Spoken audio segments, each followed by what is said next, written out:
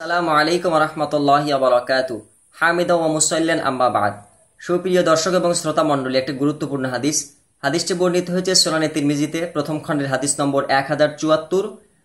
হাদিসটি মুসনাদে আহমদেও রয়েছে হাদিস নম্বর 6582 নম্বর।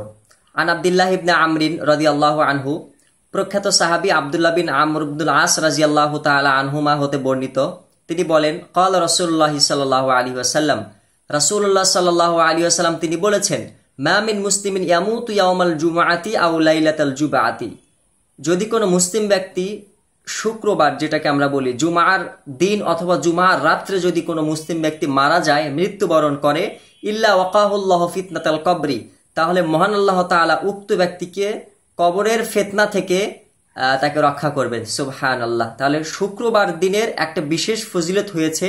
শুক্রবার দিন রাত্রে বা দিনের বেলায় কোনো মুসলিম ব্যক্তি যদি মারা যায়, তাহলে কবরের ফিতনা থেকে উক্ত ব্যক্তিকে মহান আল্লাহ তাআলা রক্ষা করবেন। সুবহানাল্লাহ। তাহলে আসুন আমরা মহান আল্লাহ তাআলার নিকটে কামনা করি, দোয়া করি, যাতে করে আমরা প্রকৃত মুসলিম অবস্থায় মৃত্যুবরণ যেন করতে পারি এবং পাপবিহীন অবস্থায় যেন মৃত্যুবরণ করতে পারি, এবং শুক্রবার দিন অথবা রাত্রে যেন আমরা মৃত্যুবরণ করতে পারি।